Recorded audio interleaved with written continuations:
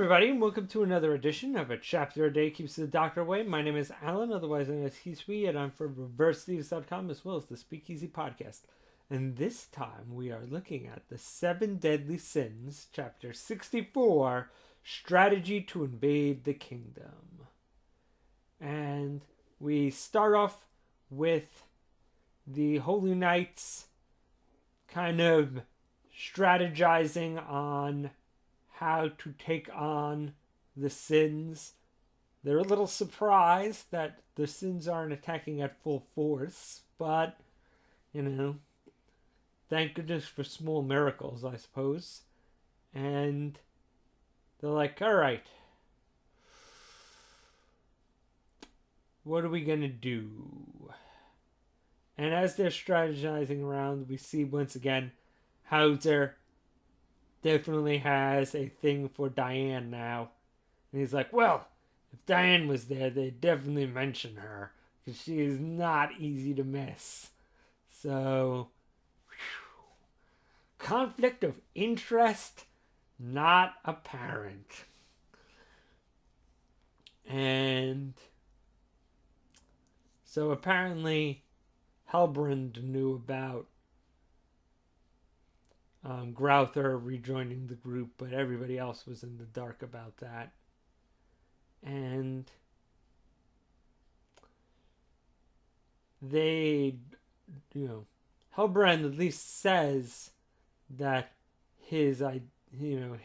by his estimation, they're probably there to raid Merlin's old laboratory because it has a bunch of magical stuff in there. And I think it's interesting to know that the new boss man has a black magic research thing there. I'm sure that's going to come into play in the future. And interesting that Merlin is coming up again, as if to remind us, hey, Merlin is one of the Sins. Yeah. I wonder who that person under the cloak is. Yeah. And other than that, it'll be interesting to see how these guys work together, since they're pretty much the known, holy knights, and pretty much the only ones who are not going to be like one and done punks, like what they're facing now. And speaking of one and done punks, actually, before we get to that, we see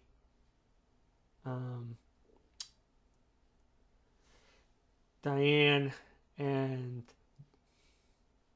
King are back, we should probably catch up with them. Yeah, that sounds like a good idea. They may need our help. And Diane kind of has a moment of self-pity where she realizes, man, the captain was like crazy angry when they stole Elizabeth. And he'd probably be like pretty angry, but not crazy angry. Man, I feel kind of like, And King's all like, don't worry. If you were in trouble, I'd super get ya. And you're like, oh man. Best friends forever. You are what we think of as the stereotypical friend zone. But as he's doing that, he does realize that he has the Black Hounds, and the Black Hounds could just teleport them over there. Which begs the question, why didn't he just remember that before? And I think, one, they don't want to just have them teleporting around all the time. I mean, villains teleporting is just a common trope and an easy way to get them away, but heroes teleporting leads to some trouble. So I'm getting the feeling they don't want them to use that all the time. But, I do wonder what was the purpose of just sending the 3 of them over and then having these 2 catch up later. I mean, one, I think it's to show what Hauser can do, without the other 2, without Diane and King. Making a big show of things. But I feel like it had to be purposeful. Like I have a feeling they're gonna pop out somewhere weird and interesting, or possibly be there to do a little rear guard if King Arthur there is a little too much for the three sins. I'm thinking those are all decent theories because I don't think it. I feel like once again the mangaka is a little too calculating to just be like, I guess I'll just throw them back in. I don't know why I had them out, or just randomly have those three. I think there's got to be some story purpose of them teleporting over at a different time. And those seem like good strategies. But in the way, we get a little comic scene where Diane's butt gets stuck in the mouth of, the Black Hound. She's like, you've got to push me through. And he's like, I got to touch your butt. I got to touch your butt. Oh, thank heavens. I got to touch your butt. And we get a lot of Diane butt, which I'm not going to really complain about, but it does seem a little bit gratuitous. But a little bit gratuitous that I don't mind. And so that's all going to be a little delay of getting her through.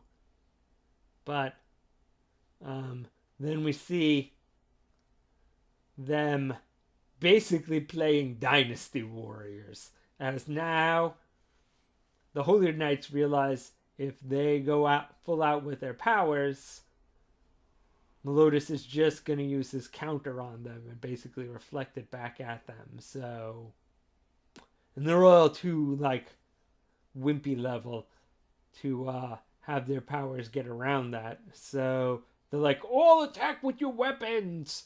And Ben is just like, oh, man.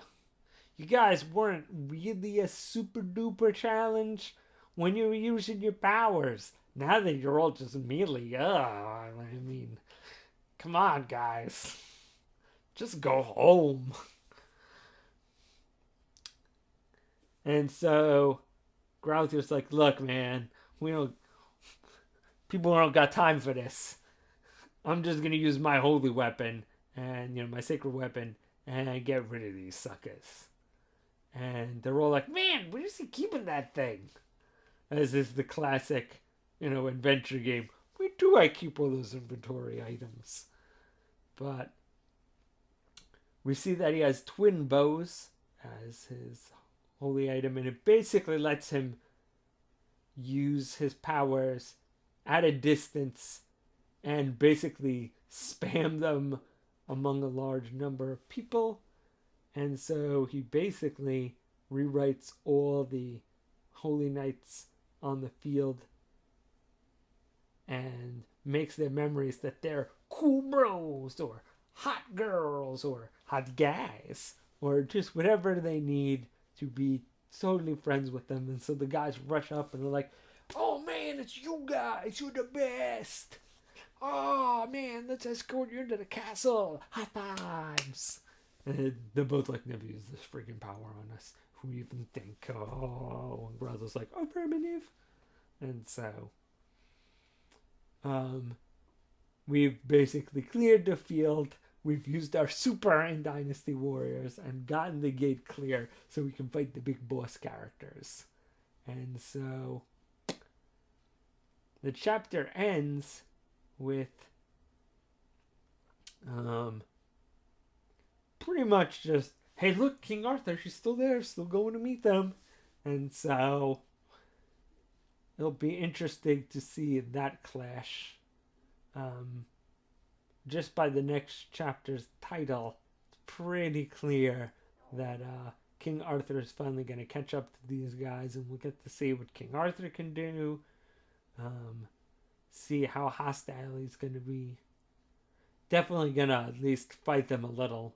That's pretty much shown in lore. I mean, even if he is eventually on their side, or if Merlin is on their side, he's definitely going to have to at least tussle with them a little bit. Plus, it's just good shonen. You get to see a little bit of what, Arthur's about. you get to see a little bit of action. Makes it look like he's going to be on, the Holy Knight's side for a while. But, I don't know, he could just be going full out to, for his own agenda. Or to at least ally with the Holy Knights for now. But, we'll see how that turns out. I'm really kind of interested to see what this version of King Arthur, who is not Sebia, can do. So, see you guys next week.